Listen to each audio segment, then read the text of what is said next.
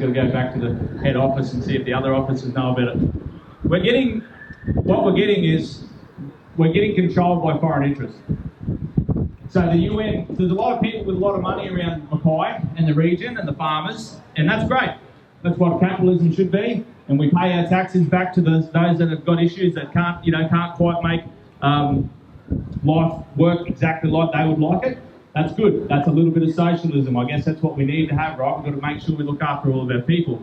But what is really happening is that we have been infiltrated for about the last 50 years since the Commonwealth of Australia Proprietary Limited became a company, and these foreign entities have made their way into it. The UN Disaster Risk Reduction Plan is a very, very dangerous ideology of the 2030 agenda, and it comes off the back of the paperwork called the Sendai Framework. That documentation there will make your little body shake when you start to think, what does that look like for me as an owner? Are you an owner of the land or you're a renter? Stop paying your rates and we'll see who owns it. Everyone tells me they own stuff. Stop paying it. You own your car, stop paying rego, see who owns it. You get knocked on the door pretty quickly from the people that are not even contracted to us, yeah, the spur, they'll come knocking. But the UN Disaster Risk Reduction Plan, a lot of people here do mining, civil, something like that. They understand risk management. When we do risk management, we never ever start a job that's in the red. We always make sure that we get it down to at least an orange or a yellow.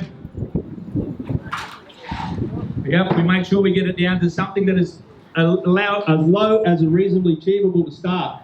I just looked at Gladstone's framework for disaster, and they did a risk assessment based on this Sendai framework. They had 7 categories of what risk looks like, including for climate change issues. Right, so seven lines for climate change issues. You can go online and have a look at it. I think it's called the Gladstone Disaster Reduction Plan or something along those lines. Mackay will have its own. Right? And the top 4 things that they risk ranked were all red. So it's 1 time in the last year or 3 times in the last 5 years. So they were things like flood, cyclonic events. Now the cyclones don't even have to go over the top of them. They just have to be categorised as likely that if it had turned, it could have come in there, right? So 4 things in the red. What do you think 4 things out of 7 in the red for the whole Gladstone region means for insurance? Not going to get it, or it's going to be through the roof. If you read the Sendai framework, it'll tell you why should the people like me in Emerald, poor old Jodie, why should I have to pay so much insurance because all you bloody people that keep living in these dangerous places on the coast? So they're selling the dream that anybody that lives in these cyclone areas or flood areas, Lismores or anything like that, they're selling the dream that they're the bad ones. They mention in there they can have buyout schemes should your area become too dangerous, too likely to have flood, too likely to have fire. Right? You see that all the time now when they want to put the transmission lines through for one of their wind towers, right? So I implore you to have a look. If you think that you own your property, that's great. Good job for you. Go and have a look at the Sendai framework and the UNDRR and understand how much power that the UN is sneaking through, which is a breach of our constitution under Section 44. We are not to be playing around like that. The World Health Organization didn't just pop up the other day when we had the vaccination status stuff, yeah? They've been here since 2016. They've established 46 collaborating centres that run parallel with our medical establishments in this country, and one of them is the TGA. So you tell me that's not a conflict of interest. 46 centres running around. How convenient when we just signed off on the Pandemic Preparedness Treaty and 300 changes to the international health regulations. Some of them are very, very scary shit. I hope that is all at least starting to think and consider maybe I should do my best to homeschool, but even then they're starting to have the right to make sure that if you interact with the public that they will be able to forcibly give you those vaccinations. So I won't just be able to live out of my little cooker conspiracy property out on the edge of town with my bubble eye of Newt and taking some care out there for some fat. If I go into town, I'm a risk to the public, they can vaccinate. What do you think the first thing is that the World Health Organization believes is the problem for climate change? Cattle. Cattle burping. Cattle burping is the number one thing. It apparently ranks at 4% of the issue with global warming. In Ireland, they're talking about culling 200,000 cattle. In New Zealand, they've got legislation to get rid of it. In Australia, they're talking about mRNA vaccination into the rumen. Bovie is the name you're looking out for, to start vaccinating our cattle. I've got 6 months worth of meat put away, and my butcher's promised me he'll let me know when we get forced to in this state, but if we don't watch it, I think you'll find that a lot of the Coles, Woolworths outlets are already starting to lean that way. And guess who's in charge of the biosecurity division down in the mRNA Moderna Centre in Victoria? Our Chief Health Officer, Brett Sutton, who signed the cheques to set it up. Signed the cheques to set it up as the Chief Health Officer, now works as a Director in the Biosecurity Division down there looking after the mRNA vaccinations. He's probably visited with Dan Andrews in between his visits over to the Chinese CCP, welcome that he did the other day. The World Economic Forum was enough of a worry as it was when a global force, a non-government organisation, non-elected organisation, starts preaching and happily telling people out loud, we have infiltrated the cabinets of all of the countries of the world to start negotiating the change that we need to get to, because you will own nothing and you will be happy on the 2030 agenda. Now, Klaus just gave up the other day. Klaus was the perfect James Bond type villain, the bald guy with the cat, the guy that everyone hates, right? You can just picture him sitting there, oh yes, darling, we'll look at them all, darling. That sounds a bit like Jodie from the bush. And he got replaced, thankfully, he got replaced by, temporarily by who? Who watches the news? Larry Fink. Who's Larry Fink? He's the CEO of BlackRock. What do they got? $7 trillion worth of market share investment strength. Start of last year, Larry Fink said he's not worried about ESG anymore. What is ESG? Is environmental social governance. That is the corporate version of climate change carbon credits. Every person here, if you go back home today and have a look at your bank statements, you'll start to see what's been allowed by us is the categorisation of your spend for the last 5 years, when they've been telling you, we're helping you budget. You went for a coffee. You got some fuel. I'm helping you budget. And now, some of them have already started putting the thing up there saying, just so you know, your carbon footprint is sitting up here. Just in case you care. Not that we've rolled out those carbon credit systems over in Europe already, but just in case you care how many black balloons you are putting out there, we're making sure that we know. So Larry Fink said, we're not worried about ESG anymore because that would be looking at the big businesses. He said we're going to start putting into private infrastructure. What's private infrastructure? That's all the changes that we've got to put in place once the UN Disaster Risk Reduction Plan tells us how bad a danger we are for climate change. I like to give some people some information. I went up to the hill the other day, Lotus Creek. There is another one of the wind farms, bastardised things up there going up to replace our power. There is 42 towers going up there. They are all made in China. It is some of the most pristine land that you will see. You can't walk 10 metres into that scrub. It is that dense. It is habitat, beautiful habitat for koalas and spiders. And they were up there, 60 metres wide, 20 kilometres long.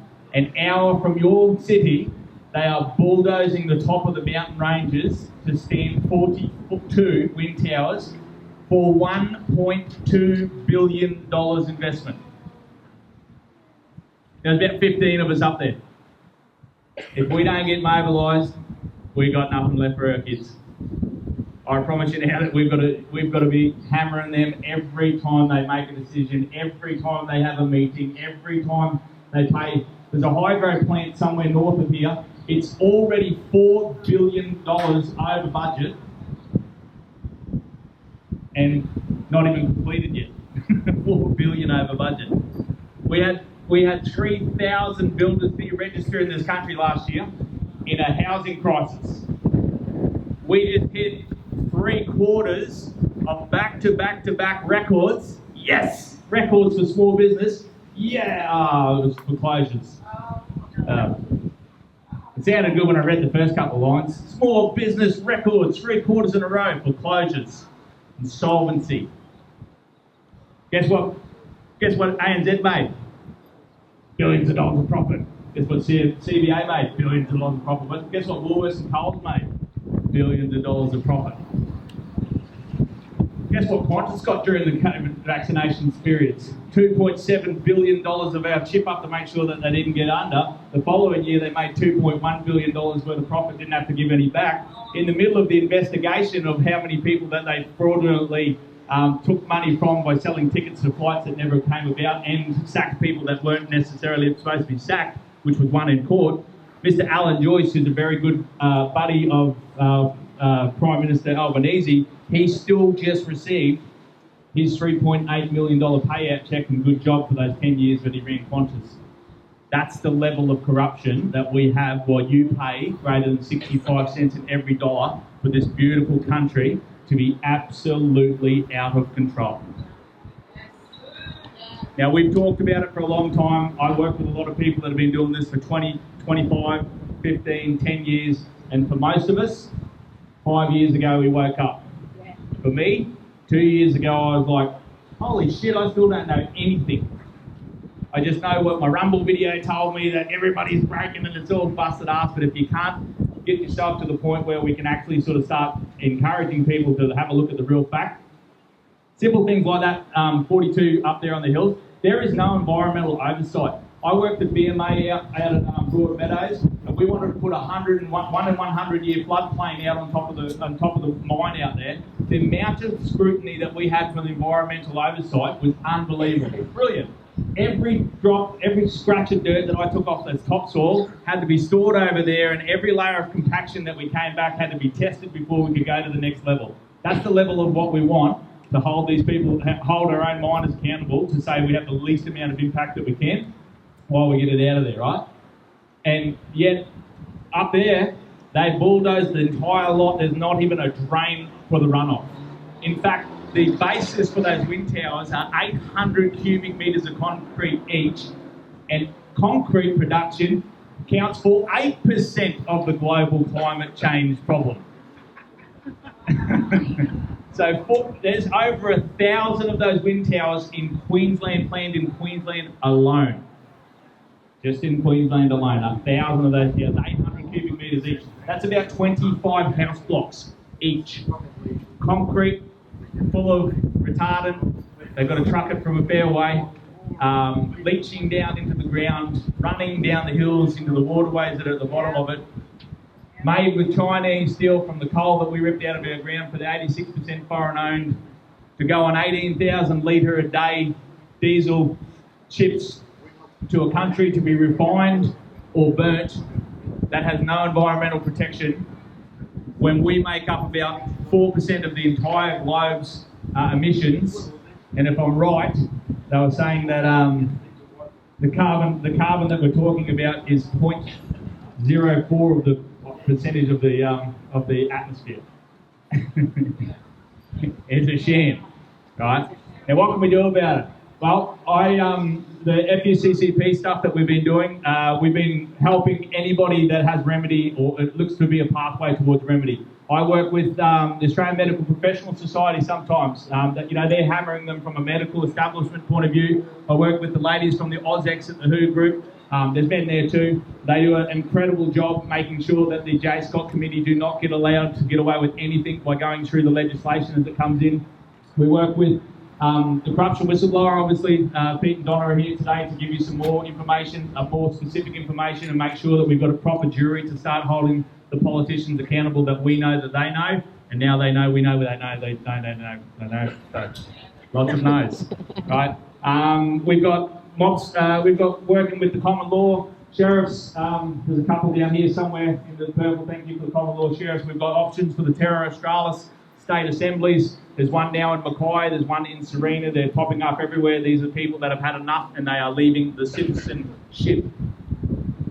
There is people that we work with through the Warriors at Law. There is people that we work with through the Living Council, executive life orders. There's quite a range of people that are teaching you how to protect your assets in trust, private members associations, lots of different things. I work with groups, the Self-Representing Litigants Association, that's people teaching people the legalese in how to defend themselves in court. But more importantly, what I'm trying to do is conduit a Goldilocks situation where now that you're awake and aware, right? Shame, fool me once, shame on them, fool me twice. Yeah? Now you're waking up and aware just how deep this corruption runs and just how controlled we are. We'll stop putting our faith in the politicians that tell us that every 3 years, oh, no worries, we're going to do all this sort of stuff. Unfortunately, and I hope nobody's got any rocks, the best thing that happened to this country recently was Labor winning a second term. Okay, nobody's through anything? Good. I've got your trust. Because we have a habit in this country for 125 years that if we don't like Albanese and we flop over to the other side, we showed Albanese even though it's just rock Peter to pay Paul, and we go back to sleep. Right? Well, at least 67% of the country that apparently still votes, they at least have stayed agitated to the fact that they cannot believe that 33% run the country, not only runs the country, but got a bigger lion's share of it, whether if you believe in those voting statistics or voting at all, right? But this is a sellout of our country to foreign interests, and if we can sort of start to focus on that and start to put our groups around individual things that we can do, we can actually start sort of holding them accountable and pull back. Now, for me personally, over the last 5 years, I don't shop at Woolworths and Coles anymore. They are part of the agitation problem. I'm a self-managed super fund now. I've bought some gold and silver because I will not send my money. $4 trillion of Australian money goes into the investment strategies of BlackRock, Vanguard and State Street, the three biggest in the business. 2 years alcohol-free, plenty of sugar and cake to replace it. I put on 6 kilos for all those blokes out there that their wives are saying you'll lose weight if you give up alcohol. Bullshit. It's a myth. Right, so I'd encourage you to give up alcohol, but don't do it so you can get into those pants that you still got in the cupboard that you're looking at going, oh, one day I'll get back into them. I swear I'll be able to fit back into them. But yeah, we have, solar, we have 6 months worth of meat, gas, water. We got ourselves prepared so that if there ever comes a day again with a pandemic, scamdemic, whichever one you call it comes along, we're ready to go. But we spend most of our time learning legislation, learning the ability to push back against policy officers who use coercion to make sure that you, the citizen, do exactly what you're told to do, and you'll do it with a smile, because we are robbed of all of our rights. We have exchanged them for privileges, and they continue every day to just inch that back. The social media digital bill will be the next thing for saving our children from, from all of the terrible things that are online, while the Woods Royal Commission still has the gag order on the 28 pedophiles that were exposed during that thing. But yeah, make sure that we look out for the ones that are online. And this is the problem, right?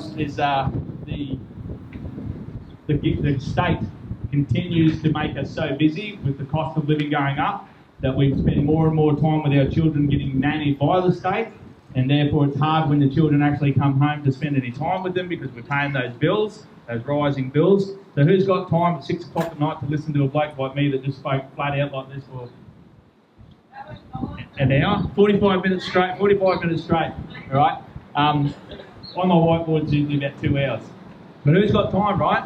You just had a full day, you're working longer hours, your husband's working, your wife's working, you both come home, you look at each other, oh, I won't say yeah. Fluff it, we'll get Maccas, fluff it, we'll put something in the microwave, fluff it, we'll just do something, kids, whatever, just whatever kids, and slop onto the couch. If you're nearly going to fall asleep, maybe a couple of wines to keep you going because your body's screaming that you need rest, right? And then what chance have you got to just repeat that? Because at the end of a weekdays, we have a weakened state, and that's what we just continue to repeat that cycle until hopefully we get old enough to sort of sit back. Now, like I said, in the 70s, it was a good deal. They took that gold off the back of our dollar so that we didn't have every year before that gold standard got taken away. When we had a gold-backed currency, the inflation was like this. you can make the decision. If it was up 20%, down 20%, up 10, down 5, and that sort of stuff, you could make your own decision on based on what you were going to buy and when you were going to buy it, based on what the price was, for availability. Now, we've had positive inflation every year since they got rid of that gold standard. And when you say we print money, you know who's actually printing the money? We are. Because they don't have to, the bank doesn't have to go back. If a house was $100,000 when you bought it 15 years ago and then you're going to sell it for $500,000 here in town, the bank doesn't have to go back to the Royal Reserve and ask them, the Reserve Bank, they don't have to go back and ask them if they can manufacture another $400,000. So it's our capital gain that actually devalues our own dollar. Get my drift? We're robbing ourselves with the information. So. All of the flyers that are around here got the scan codes on the back of them. I know people will get a bit antsy about scan codes, but if you go onto Facebook or any of the places, you'll find the Freedom Unites Coast and Country Parade page. In there, all of the flyers are available in PDF. They all have links to all of the different groups that offer remedies, the Commonwealth Constitution groups, information about the High Court appeal for Dr. Beverly Pearce and her twin sister Valerie that we raised $22,000 for the other day, pushing back against Section 109 of our Constitution around the COVID era. Nothing to do with vaccinations themselves. We'll keep that aside. It's just about the constitutional right that we are losing every day by not following. Rod Cullerton's work is on Section 92 about the travelling interstate when they lock down and mandates and state for state. So we do a lot of work with the Constitution as well. So if you have an interest in learning the Constitution, learning some legalese, sticking it to the council, holding them accountable, helping us with the environmental stuff up on the thing, getting involved with the papers like the Corruption Whistleblower, the Light newspaper, or any of these groups that actually want to take remedy and start doing something, not just necessarily showing up somewhere once a month and sitting around saying, Anthony Albanese. Okay, we've got to do something. And we'll lead by example by doing it. So that's what we're doing. That's why I drove up here today. I'll leave you with that. Sorry it's all doom and gloom, but we went from my little channel. I'll finish with a story, if that wasn't one. The ABC reached out to me recently and asked me if they could interview me for that hit piece that they did on the sovereign citizen movement the other day. ABC Four Corners, yep, ABC Four Corners. I said no thank you, politely. She said, really, we would really like to know why you're so disgruntled and you're getting such a volume. And I said, politely again, I said, look, I probably think you should have a check out of my TikTok videos before you worry about interviewing me. It could do your career on someone like me. I'm not politically correct with a lot of things I say and do. She tried again, and so I sent her a long list and said, well, if you can ask your representatives where and why they weren't there to talk about the LRAD weaponry that was used on the women and children that attended a Canberra protest peacefully, why the rubber bullets that were shot at the Shrine of Remembrance into a couple hundred, go down, sorry, into the couple hundred of people, they ran them off the hill at the Shrine of Remembrance with rubber bullets, while they ran elderly ladies down in the parks near Epic there with the horseback, and why they had a advertising campaign that said STFU, don't start a podcast, shut the up, don't start a podcast. I said, if you can ask them why at the time I didn't take your advice and I had about 1,000 views for most of my videos in the last 6 months, I'm averaging 5 million views a month, then I'd offer you the opportunity to come onto my show so that you could actually get the viewership you're looking for, because we don't want to go anywhere near you or your toxic mainstream media anymore. And one of the first things we'll be doing when we start getting our power back is defunding the ABC, which is a taxpayer funded.